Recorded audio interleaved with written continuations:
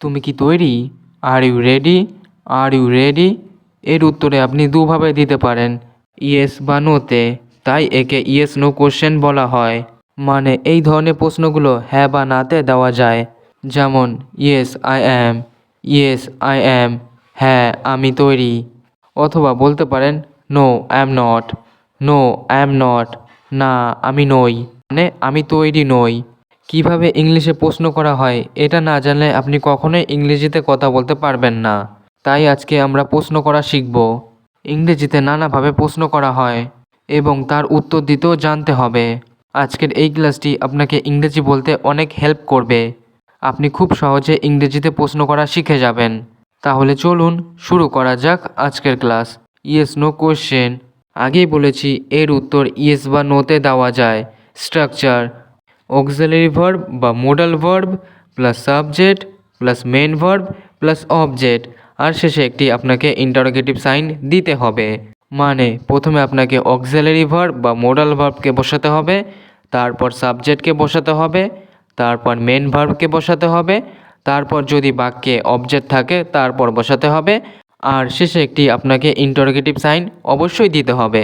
এখানে জানা উচিত অক্সিলারি ভার্ব মানে am, is, are, was, were, being, been, have, has, had, having, do, does, did, doing ইত্যাদি।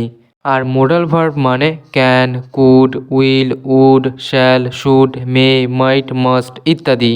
মানে প্রশ্ন করার সময় আপনাকে এদেরকে ব্যবহার করতে হবে। চলুন উদাহরণের মাধ্যমে দেখা যাক। তুমি কি সাঁতার কাটতে পারো? Can you swim? Can you swim? এখানে ক্যান হলো মোডাল ভার্ব, ইউ হলো সাবজেক্ট, আর সুইম হলো আমাদের মেন ভার্ব। তাহলে এখানে সেন্টেন্স স্ট্রাকচারটা হলো মোডাল ভার্ব, তারপর সাবজেক্ট, তারপর মেন ভার্ব। তাহলে প্রশ্ন করতে গেলে সবার আগে হেল্পিং ভার্বকে বসাতে হবে। এইবার শেখা যাক এই প্রশ্নে কিভাবে উত্তর দিতে হবে। আমরা শিখলাম ইয়েস নো কোশ্চেন। এর উত্তরে দিতে হবে ইয়েস বা নোতে। যেমন yes you can, yes you can, হ্যাঁ তুমি পারো, মানে তুমি সাঁতার কাটতে পারো। No you can't, no you can't, না তুমি পারো না, মানে তুমি সাঁতার কাটতে পারো না। আশা করি আমি আপনাকে এটা বোঝাতে পেরেছি। আরেকটি উদাহরণ দেখা যাক। তুমি কি তোমার বাড়ির কাজ শেষ করেছিলে? Did you finish your homework? Did you finish your homework?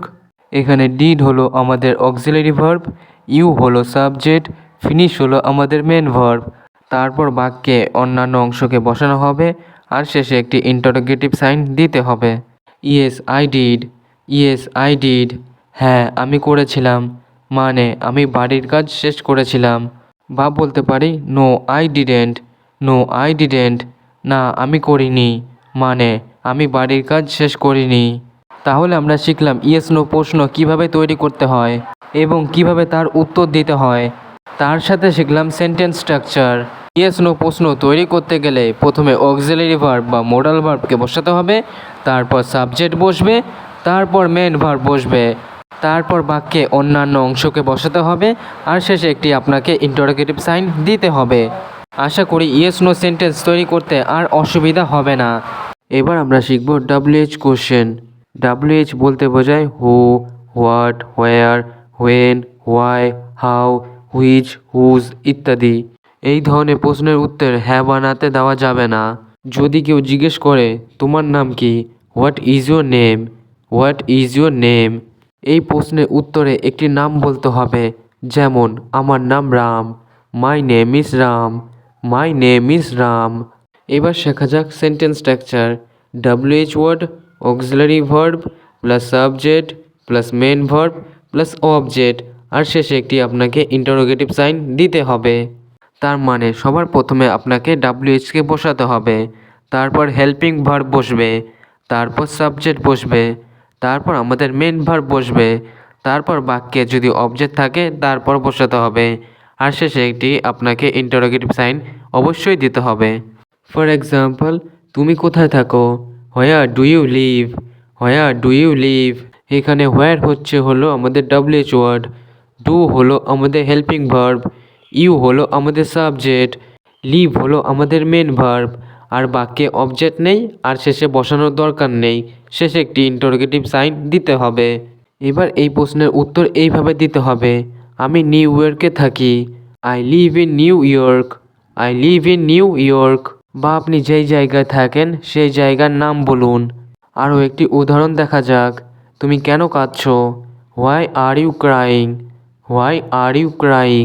এখানে হোয়াই হচ্ছিল আমাদের WH ওয়ার্ড, আর হলো আমাদের অক্সিলারি ভার্ব, ইউ হলো আমাদের সাবজেক্ট, ক্রাইং হলো আমাদের মেন ভার্ব।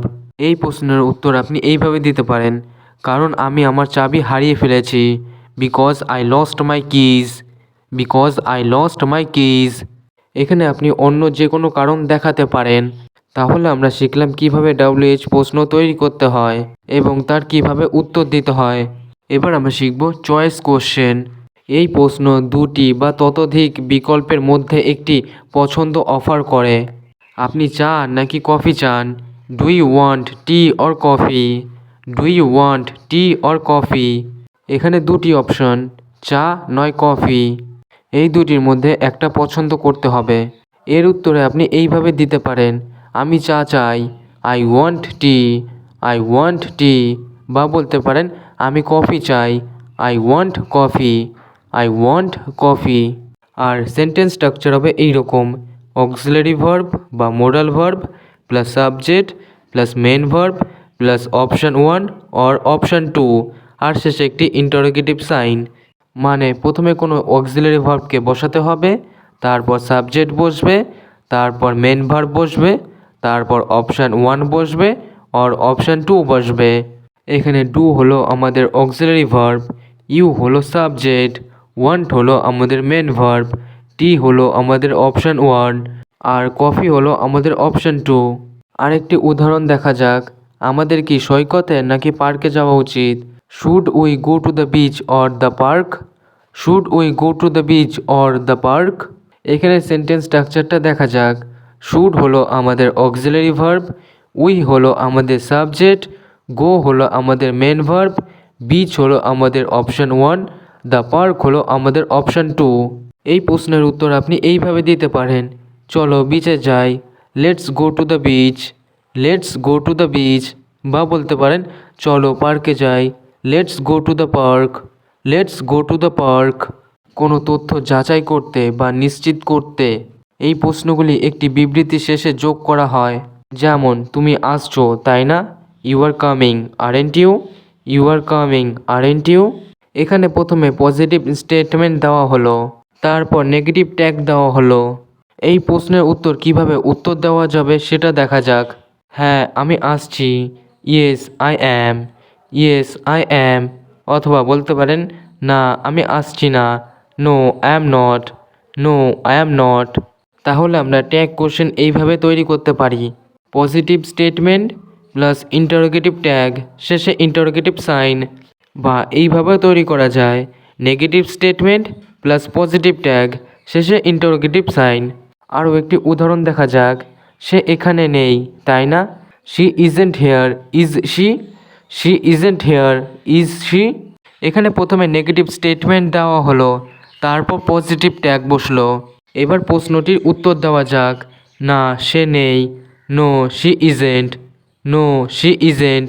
অথবা বলতে পারেন হ্যাঁ সে আছে, yes she is, yes she is. তাহলে আমরা শিখলাম ইংরেজিতে কিভাবে প্রশ্ন করা হয় এবং তার উত্তর কিভাবে দিতে হয়। আজকে আমরা কমন কিছু কোশ্চেন শিখলাম, যেগুলি ইংরেজি বলতে প্রায় ব্যবহার করা হয়। এগুলো শিখে নিতে পারলে আপনার ইংরেজি অনেক উন্নত হবে, প্লাস আপনি দ্রুত ইংরেজি বলতে পারবেন। ভিডিওটি এখানেই শেষ করলাম, দেখা হচ্ছে নেক্সট ভিডিওতে। Bye bye, take care, see you in the next video.